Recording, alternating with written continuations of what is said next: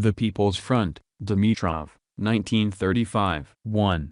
The policy of the People's Front of struggle against fascism and war, proclaimed by the Seventh Congress of the Communist International, has aroused a mighty echo among the working masses of all countries. The practical realization of this policy in France and Spain has provided clear proof that the People's Front is actually possible and has enhanced its popularity.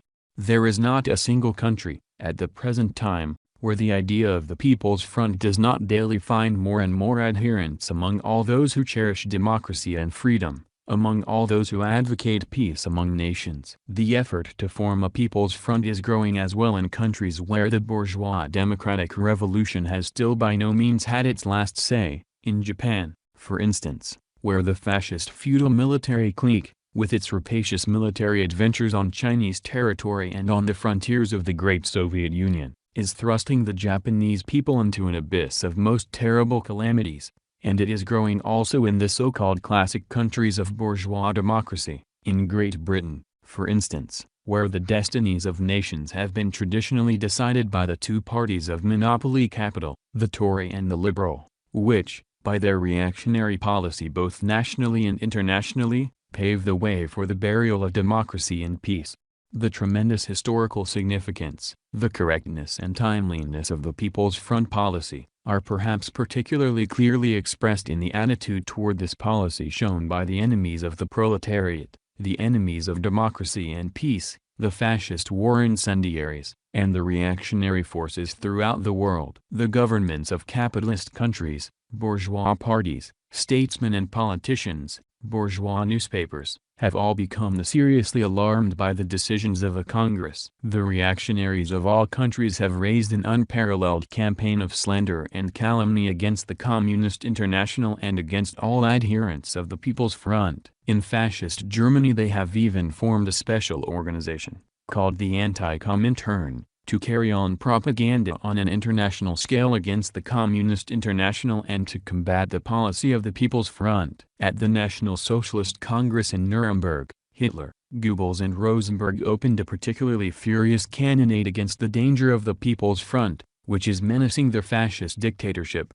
and against democracy in general. While directing the most vehement outbursts against the already existing People's Front in France and Spain, they at the same time thus expressed their alarm and fear of the People's Front movement which is taking shape in Germany itself. The Pope at Rome and their graces the bishops in different countries hastened with epistles and sermons, to shield their flock from that frightful Bolshevik danger, the People's Front. The question of the People's Front is always in the columns of the press in the capitalist countries and is the subject of the most lively discussion.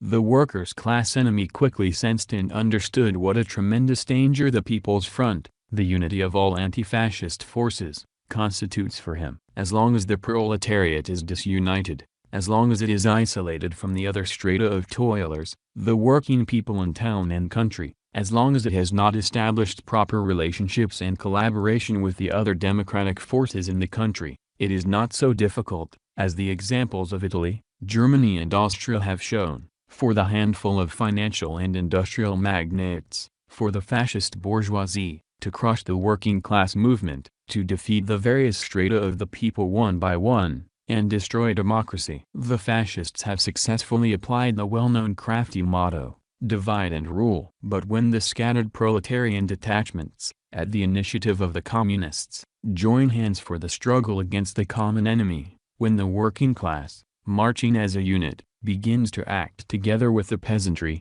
the lower middle classes and all democratic elements, on the basis of the People's Front program, then the offensive of the fascist bourgeoisie is confronted with an insurmountable barrier. A force arises which can offer determined resistance to fascism, prevent it from coming to power in countries of bourgeois democracy and overthrow its barbarous rule where it is already established.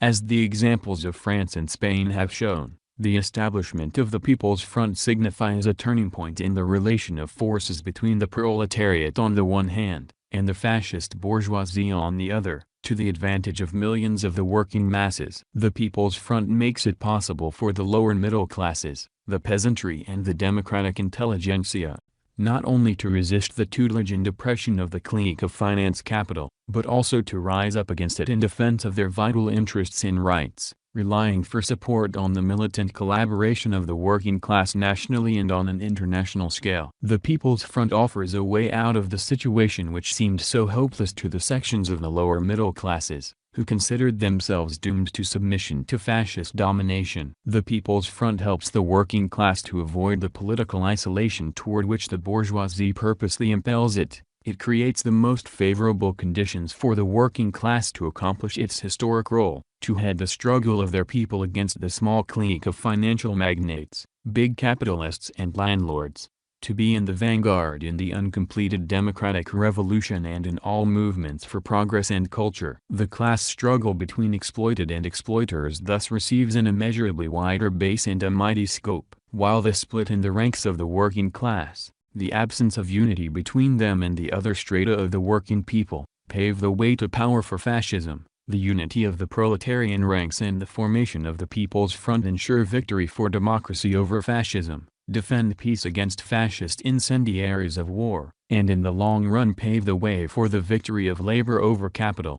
It is difficult to imagine a higher degree of political short-sightedness and absurdity than to contrast the principles of the class struggle with the policy of the People's Front, as some of our overzealous critics from the left do in regard to the decisions of the 7th Congress of the Communist International. We frequently observe the characteristic phenomenon that not a few left socialists, who have become disillusioned with the social democratic policy of class collaboration with the bourgeoisie, and are moving away from reformism, are frequently inclined to go to the other extreme and become the victims of sectarianism and leftist excesses. They make the mistake of identifying the policy of the People's Front with the policy of class collaboration with the bourgeoisie, and demand a pure working class policy, declaring that the joint struggle of the working class and the democratic sections of the lower middle classes, the peasantry and intelligentsia against fascism constitutes a retreat from the position of the class struggle. But this does not at all mean that the People's Front policy is identical with the policy of class collaboration with the bourgeoisie. It only shows that we must patiently explain the class meaning of the People's Front policy to the sincere left socialists and help them to get rid of their own political short-sightedness, which can only play into the hands of fascism and reaction in general.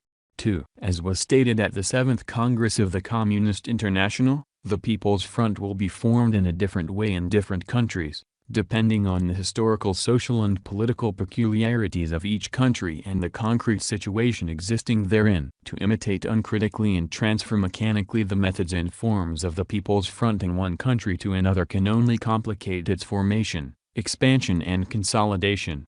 However, as experience has shown, it is equally true for the majority of the capitalist countries, that, first, the formation of the People's Front is possible in the actual struggle today against fascism. Second, the People's Front will be realized the more rapidly and the sections of the working masses joining it will be the greater. The more determinedly the working class itself acts as one unit, the more quickly its organizations, and in the first place the mass trade unions and the communist and social democratic parties, bring about unity of action in the struggle against fascism. Third, the People's Front will spread and strengthen as its program for the defense of the interests of the working people, for the defense of democracy and peace against fascism and the fascist warmongers, is carried out. Fourth, the success of the People's Front is entirely dependent upon the extent to which its ranks are consolidated, and upon the extent to which the masses and organizations which take part in it have undergone political and organizational preparation so as to be ready promptly to repulse every blow aimed by fascism, without waiting for its general offensive. Today, when the Spanish people is engaged in a deadly struggle against the fascist rebels, when fascism is raising its head everywhere in the capitalist countries and, in the first place, in France, Czechoslovakia, and Belgium, it is the supreme duty of the working class to hasten in every way the formation and consolidation of the People's Front by establishing united action nationally and on an international scale. It is the duty of communists to do everything necessary, taking into consideration the conditions in their own countries, to help the working class to fulfill this its historic task. If we are briefly to formulate the most important, immediate tasks which the whole situation today places before the world proletariat, they may be reduced to the following: to exert every effort to help the Spanish people to crush their fascist rebels, not to allow the People's Front in France to be discredited or disrupted, to hasten by every means the establishment of a World People's Front of struggle against fascism and war. All these tasks are closely linked. The most urgent, though, of these tasks, the very first at the present moment, is that of organizing international aid to the Spanish people for their victory over fascism.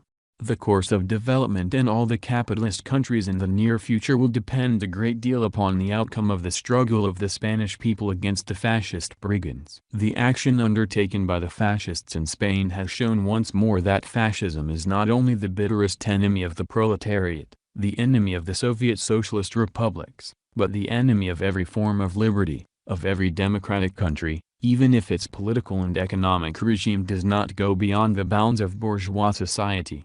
Fascism means the destruction of all the democratic rights won by the people, the establishment of a kingdom of darkness and ignorance and the destruction of culture. It means nonsensical race theories and the preaching of hatred of man, for the purpose of kindling wars of conquest. Death and destruction are being spread today in Spain by the rabble who form the Foreign Legion, by the duped Moroccan troops led by fascist generals, and by the ammunition and military units sent to Spain by the fascist rulers of Germany, Italy, and Portugal. The combatants of the Republican Army fighting at the walls of Madrid, in Catalonia, in the mountains of Asturias, all over the peninsula, are laying down their lives to defend not only the liberty and independence of Republican Spain, but also the democratic gains of all nations, and the cause of peace against the fascist war incendiaries. The special significance of the Spanish events consists in the fact that they have demonstrated the mighty power of united proletarian action, the power of the People's Front in the struggle against fascism. For it is now quite clear to everybody that if united action had not been achieved between the communist, socialist and anarchist workers in Spain, if a broad fighting front of the Spanish people, from the communists to the left Republicans, had not been formed, the fascist generals would long ago have established their dictatorship. They would have wreaked bloody vengeance upon the workers and other toilers and upon all democratic elements all over the whole of Spanish territory. They would have doomed the country to an orgy of medieval reaction and inquisition, would have placed it under the heel of German and Italian fascism, would have handed over to them the most important strategic points in the Mediterranean, and have turned Spain into a military base for carrying out their robber war plans. But in Spain the fascist rebels and their inspirers from Berlin and Rome have encountered that force which is barring their way. They have encountered the armed resistance of the People's Front. The Spanish people by their heroic struggle are today demonstrating how democracy is to be defended against fascism. The victory of the Spanish people is the interest of all who do not want to suffer fascist barbarism in their country. The victory of the Spanish people will be the victory of the whole of world democracy. The victory of progress and culture over fascist reaction, the victory of the peace the People's Front in France and strike a heavy blow at fascism in all countries.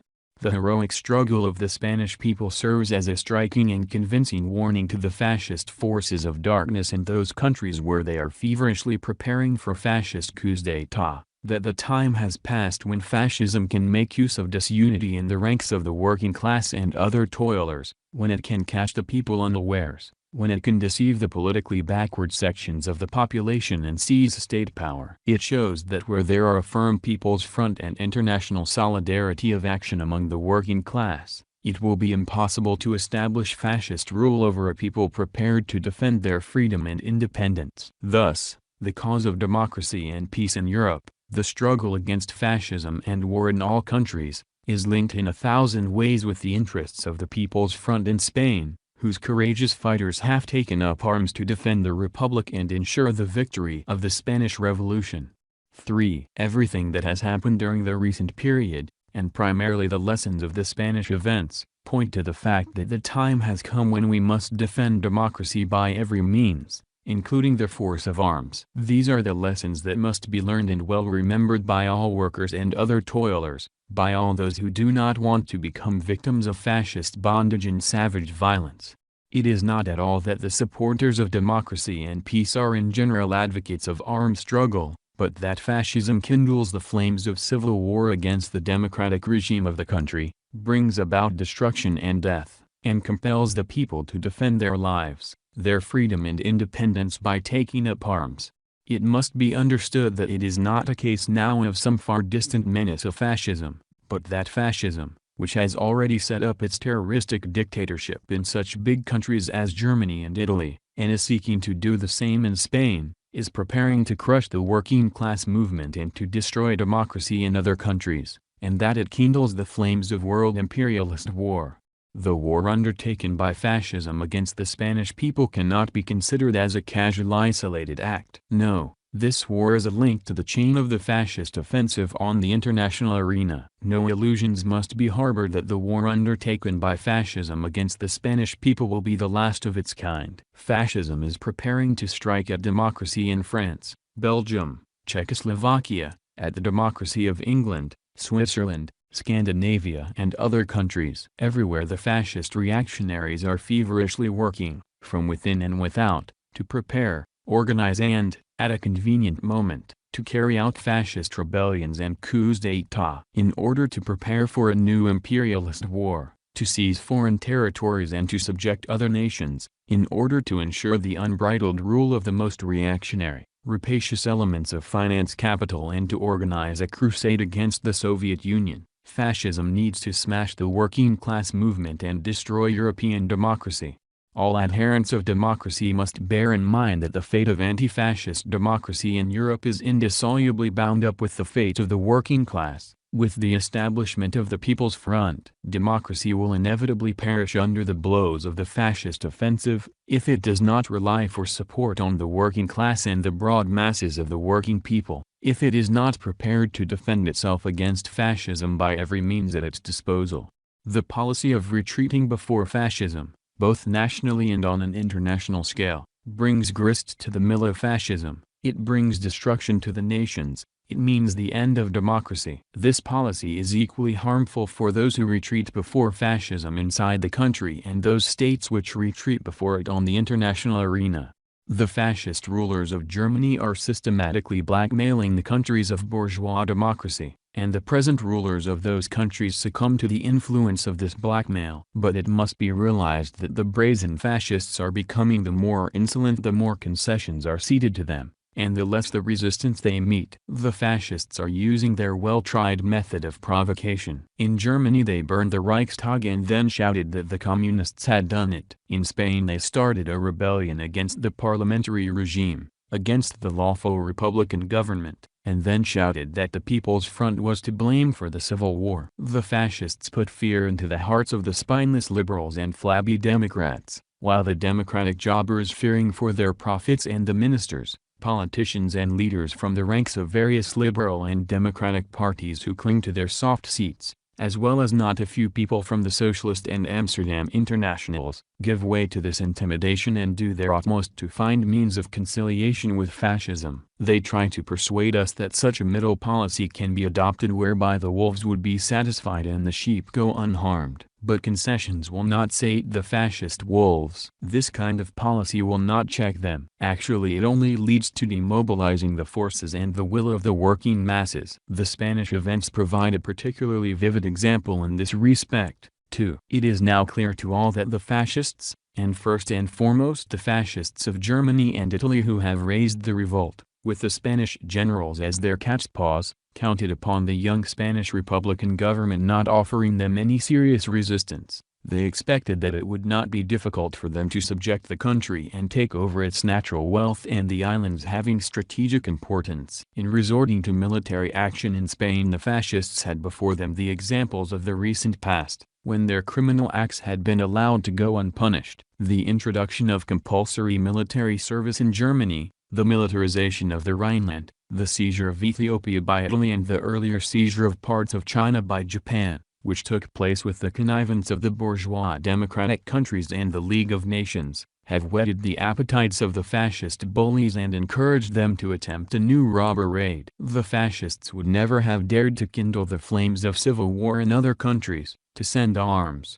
airplanes, tanks, flotillas of warships and, lastly, army units. Had they been promptly and firmly checked, they would have been compelled to retreat if, at the very beginning of the fascist rebellion in Spain, they had encountered the mighty force of the international working class movement marching in a united front, If they had encountered resistance on the part of the bourgeois democratic governments, if these governments had not supported the blockade of the Spanish Republic by their fraudulent policy of non-intervention.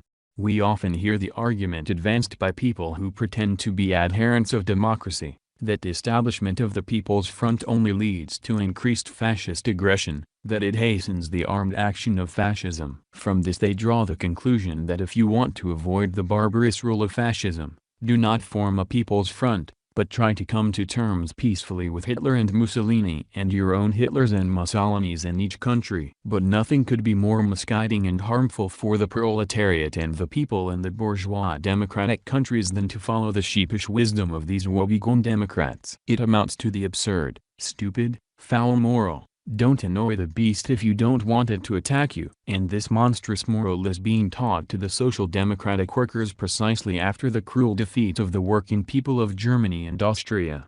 For in Germany and Austria, as is well known, the leaders of social democracy and the trade unions had absolutely refused to undertake any joint action with the communists, their excuse being that the united front with the Communist Party would alienate the middle strata from the working class, would strengthen the position and the aggression of fascism, would hasten on its general offensive and lead to fascist victory and the annihilation of democracy. It was as a result of this policy that the German and Austrian people suffered heavy defeats, followed by countless horrors and calamities. On the other hand, we see that the People's Front in France has barred the way against fascism, while it is precisely owing to the People's Front that for 5 months now the Spanish people have been heroically defending their liberty and independence. In this grave struggle the chances for victory will be the greater the more the Spanish working class is able to maintain to the end the firm unity of the People's Front, the more it is able to subordinate the historically formed differences between the communists, socialists, and anarchists, to the greater interests of the people, to the cause of suppressing the fascist rebellion. The more determinedly it resists the attempts at taking dangerous leaps over the inevitable stages of the revolution advocated by certain short-sighted sectarians, light-minded visionaries and Trotskyite provocateurs. Finally, the quicker and more resolute the support afforded to the Spanish people by the world proletariat and the whole of progressive mankind, the sooner will the Spanish people finish with the fascist rebels.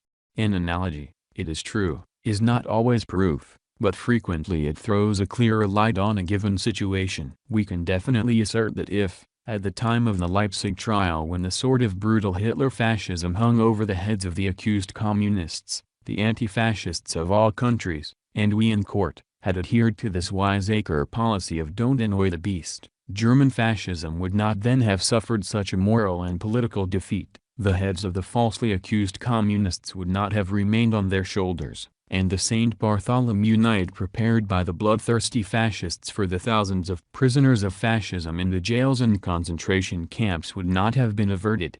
No, the policy of don't annoy the beast is an unworthy policy. It is a policy which under all circumstances is fatal for the working class, for democracy and peace. On the contrary, the fascist beast must be muzzled. It must be confronted by the mighty organized fist of the People's Front. It must be muzzled in iron so as to prevent it from biting. It must be struck at and finished once and for all, in order to save the democratic gains won by the people and safeguard peace. This, of course, does not mean that we should fall prey to the provocations of the fascists, who, while using all means to kindle the flames of civil war inside the country and imperialist war abroad, seek to deceive the masses of the people and create the impression that it is precisely the parties of the People's Front and the states which support peace that lead to civil war and military complications. In the contemporary political history of Europe we have two most important and instructive examples showing different attitudes toward fascism that led to diametrically opposite results.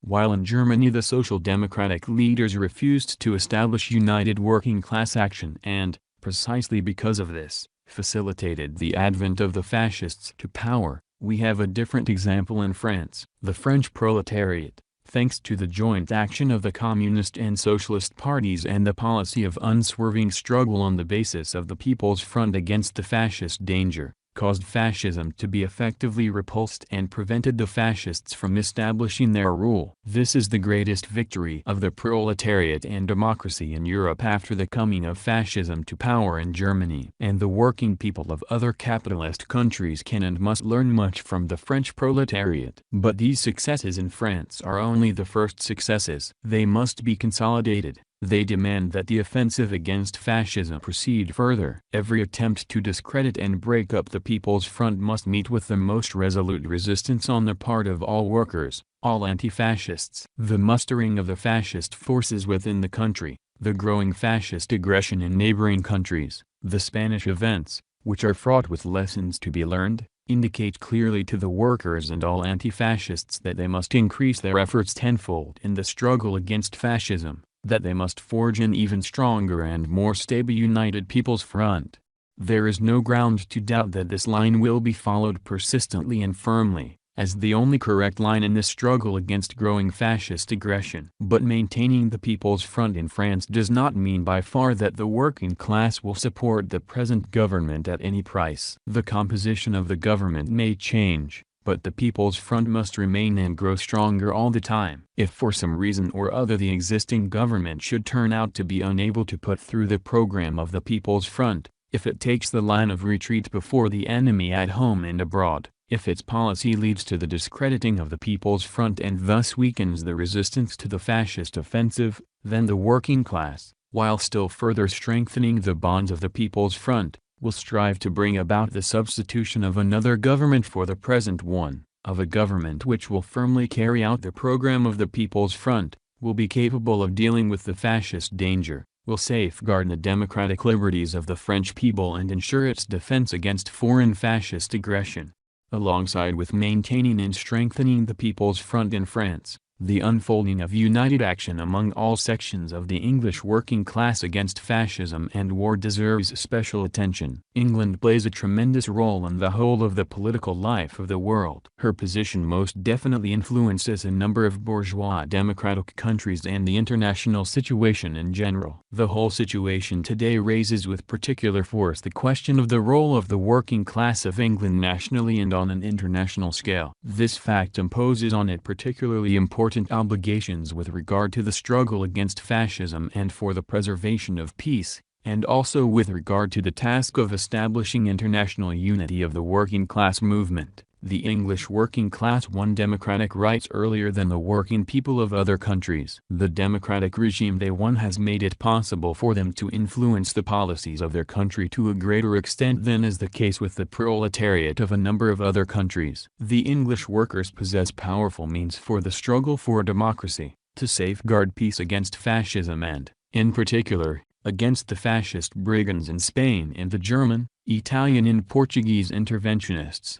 There is no doubt that the working class of England, with the glorious traditions of the Chartist movement behind it, the proletariat in whose midst the First International of Marx and Engels was established, and which possesses powerful, united trade union organizations, will find in itself sufficient strength and willpower to overcome all obstacles on the way to creating a united People's Front of struggle against fascism and war, and to fulfill with honor its international obligations in defense of democracy, culture and peace. 4. The decisive role in the task of establishing a mighty People's Front belongs to the working class. It can and must rally around itself all working people, all the forces of democracy, all anti-fascists. At the present juncture, when we are faced with furious fascist aggression directed, as was particularly clearly demonstrated by the Nuremberg Congress of the bestial German fascists, against every kind of democracy, when everything must be done to save the Spanish Democratic Republic, when over the world hangs the ominous threat of a new world imperialist war, it is not only impermissible to allow the forces of the proletariat to be divided, but it is impermissible and criminal to allow any slackening in the work of establishing the united front. This slackening only plays into the hands of fascism. It may cause the proletariat and democracy to suffer new heavy blows. The working class must no longer tolerate a situation where, at a time when in Spain the socialist and communist workers are fighting and dying together at the front,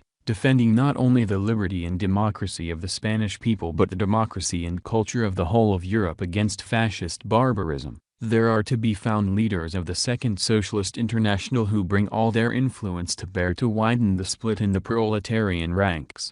At a time when the fascist rebels in Spain are slaughtering socialist and communist workers who are fighting shoulder to shoulder at the front, when they are spreading death and destruction throughout the country, the leadership of the Socialist International persistently refuses to organize aid for the Spanish people jointly with the Communist International. There are a number of countries with social democratic governments or coalition governments in which social democratic ministers, leaders of the social democratic parties and of the Socialist International, are taking part. But not only do these governments not make common cause with the Soviet Union in its position on the Spanish question, the only position which is in accord with the interests of the Spanish people and with the cause of the defense of democracy and peace, but by the manner in which they act they lend support to the hypocritical policy of non-intervention and actually hinder the cause of effective resistance to the fascist interventionists and murderers of the Spanish people.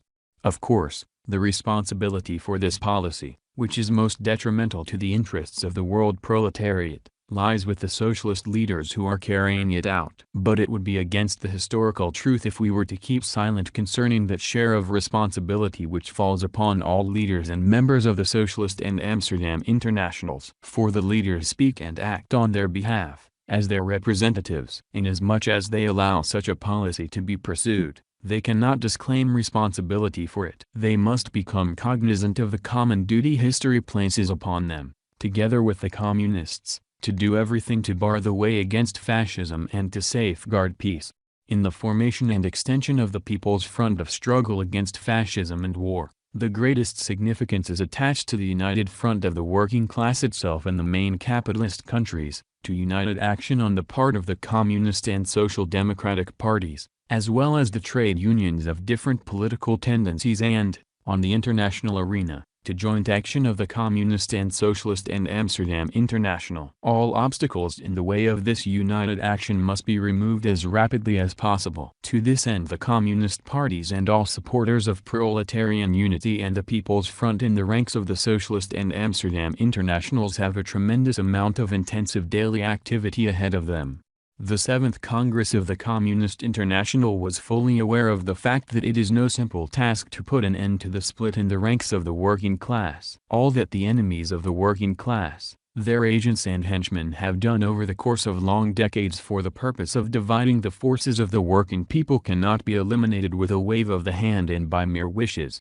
Our whole experience since the Congress has shown still more clearly that the road to united action on the part of the working class nationally and on an international scale is far from being a straight, smooth, paved road. It is a pretty hard, zigzag road, often thorny and steep. Open and covert enemies of unity never cease to throw up different kinds of obstacles and barriers along that road. Every step has to be taken after great effort, by stubborn work and struggle. There are the misguided ones who must have things explained to them patiently, so that they may become convinced. There are the waverers and those of little faith who have to be urged on all the time. There are saboteurs and double dealers who must be ruthlessly exposed. There is a persistent struggle to be waged against the cunning sophists, the crafty politicians and practiced demagogues, who do their utmost to persuade the rank and file, the politically inexperienced workers, that 2 times 2 are not 4, but 3, that the united front of the working class does not increase their power,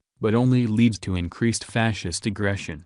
And at the same time it is necessary to be on guard against falling prey to the provocative maneuvers of the enemies of unity, but untiringly to extend the brotherly hand to all organizations of the working people, inviting them to joint struggle even when they have avowed opponents of unity at their head. For every communist, every class-conscious worker, must not forget for a minute that the opponents of unity of the international proletariat would be extremely gratified if, in the face of their sabotage and provocation, the communists themselves would give up the struggle for unity and refrain from consistently carrying out their People's Front policy. This would only make it easier for these leaders to carry on in their role as splitters and would save them for the time being from the severe verdict of the proletariat and of history. We must know how to carry on in unabated, ideological struggle against reformism and other anti-Marxist tendencies in the ranks of the working class movement, and at the same time fight persistently for the establishment of the United People's Front and carefully avoid any disruption of united action in the daily struggle against fascism and war. 22 years ago, on the eve of the world imperialist war, when he was gathering together the forces of the working class for the coming struggle for socialism, the great Lenin spoke of the tremendous importance of unity in the ranks of the proletariat.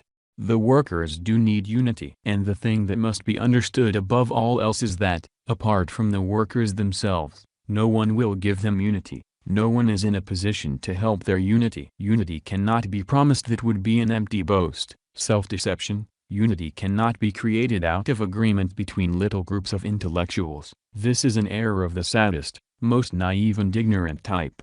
Unity must be won, and only by the workers themselves. The class-conscious workers themselves are capable of achieving this by stubborn and persistent work. Nothing is easier than to rise the word unity in letters a yard high, to promise unity, to proclaim oneself an adherent of unity. But in reality, unity can only be advanced by work and the organization of the advanced workers, of all class-conscious workers. This is not easy. It requires work, persistence, the rallying together of all class-conscious workers. But without such work there is no use in talking of the unity of the workers. V. I. Lenin, Collected Works, 22-319. These remarkable words of Lenin are particularly valuable and instructive for the working class of all capitalist countries at the present period. 5. The whole course of events since the 7th Congress of the Communist International provides indisputable confirmation of the vital necessity of the earliest possible realization of its historic slogans regarding working class unity and the people's front of struggle against the worst enemy of mankind, fascism. The Communist International and the Communist parties of the various countries, backed by the masses of the working people, will not cease for one moment to exert all their power in the fight to bring about this unity. They will not fall prey to any provocation whatsoever directed toward widening the split in the ranks of the working class and breaking up the People's Front. And despite the opposition of the saboteurs in the Socialist and Amsterdam Internationals, the world proletariat will bring about its militant unity. In the struggle against fascism and war, not empty words, not platonic wishes, but action is needed. To achieve this action it is necessary to bring about the unification of all the forces of the working class and to carry out unswervingly the policy of the People's Front.